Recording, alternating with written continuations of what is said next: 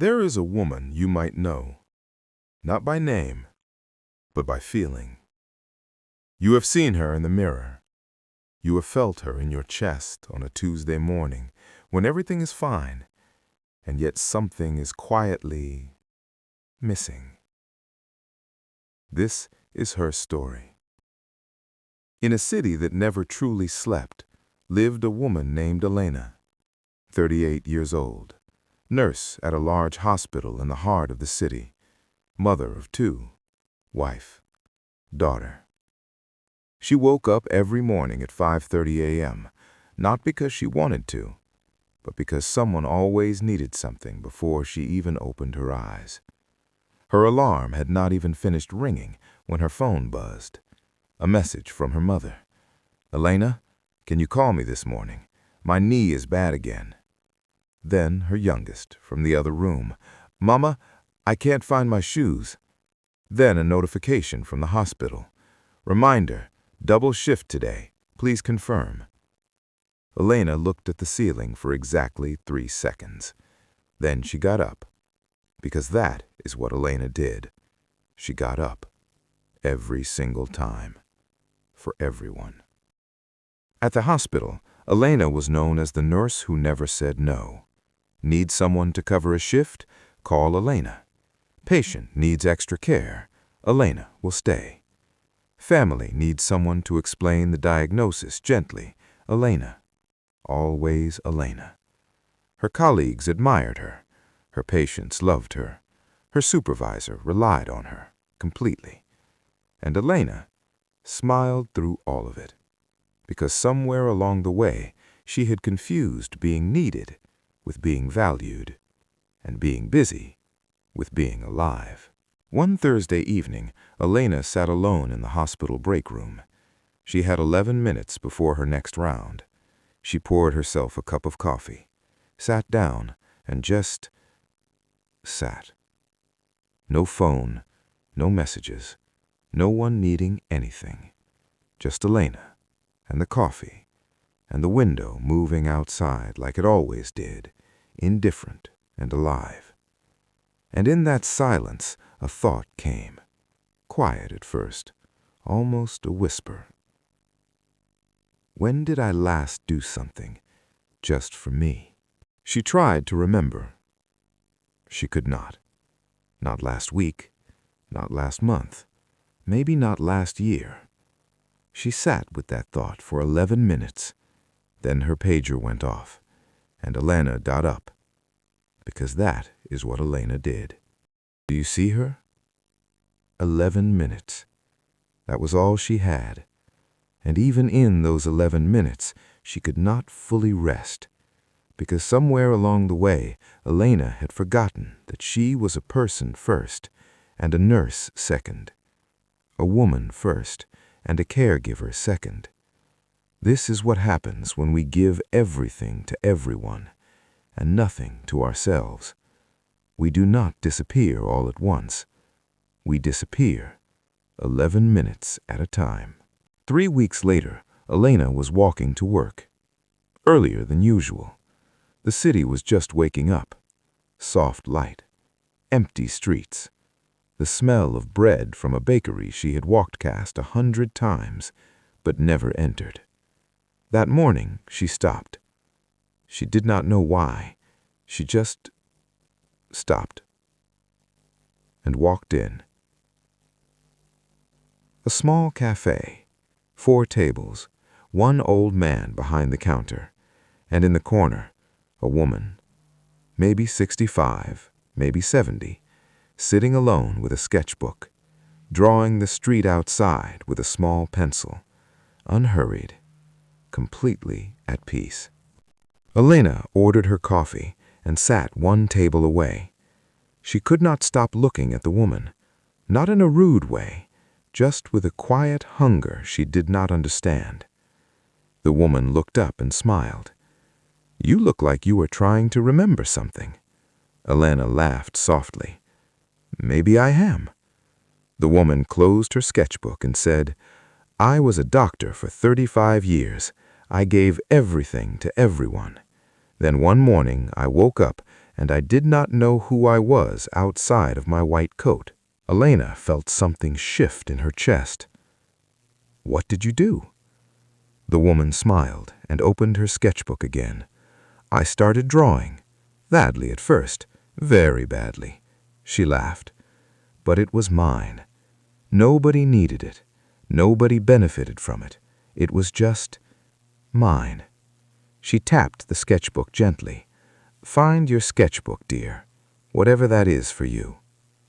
Then she went back to drawing, and Elena sat with her coffee, in the quiet, and for the first time in a very long time, she did not rush. A stranger. 11 words.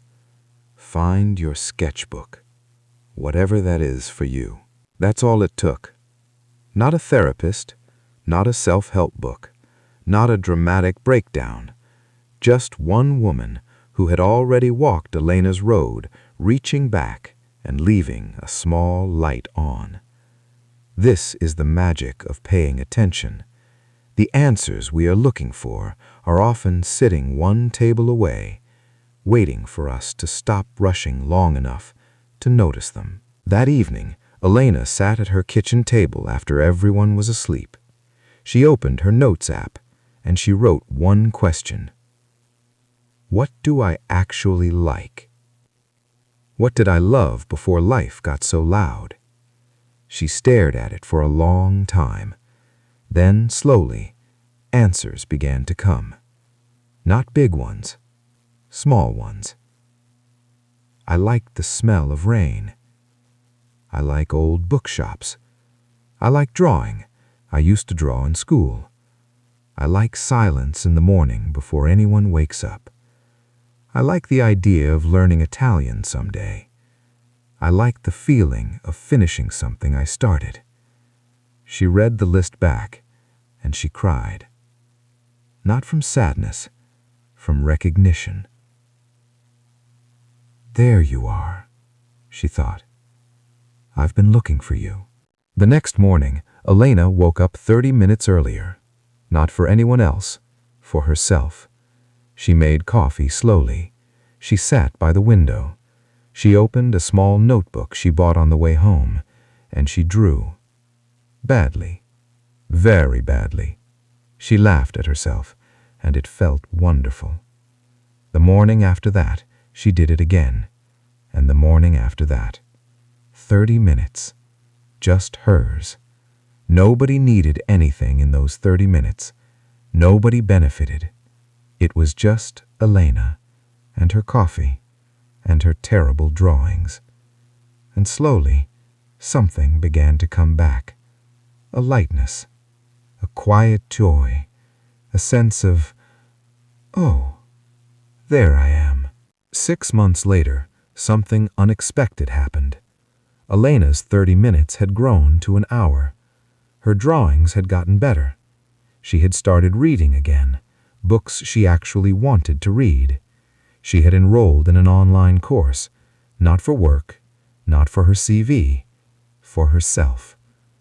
A course on medical illustration, combining her nursing knowledge with her love of drawing, something she had never thought was possible, something she had never allowed herself to think was possible, because somewhere along the way, Elena had stopped thinking big. She had stopped dreaming, not because she was lazy, not because she lacked ambition, but because she had been so busy keeping everyone else's world running that she had forgotten she was allowed to have her own world. Her colleague, Maria, noticed first. "Elena, you seem different lately." "Different how?" Maria thought for a moment. "Lighter, like something came back." Elena smiled. Something did. This is the magic of thinking big. Not the loud kind of big, not the hustle and grind kind of big. The quiet kind. The kind that starts with one honest question. What do I actually want? Not what does everyone need from me, not what makes sense on paper. What do I actually want? Because here is what Elena discovered. The life she was afraid to dream about was not as far away as she thought. It was 30 minutes away, every morning, before anyone else woke up. That is where it lived, in the quiet, in the small, in the just for me. 1 year after that Thursday in the break room, Elena's life looked different. Not dramatically, not overnight, but quietly and completely different. She still woke up early. She still cared for her patients with everything she had. She still answered her mother's calls. She still found her youngest's shoes. But now, before any of that, there was 1 hour, sacred and non-negotiable. Her hour, her coffee, her drawings, her dreams. Her medical illustrations had grown into a small portfolio. She had submitted 3 pieces to a healthcare journal. 1 was accepted. Her name in print, Elena Reyes. Not nurse, not mother, not wife, just Elena. Her name, her work, hers. Her husband found her one morning sitting at her desk before dawn. "Elena, what are you doing up so early?" She looked up and smiled. "Living." He looked at her for a moment, then nodded slowly, because he could see it too.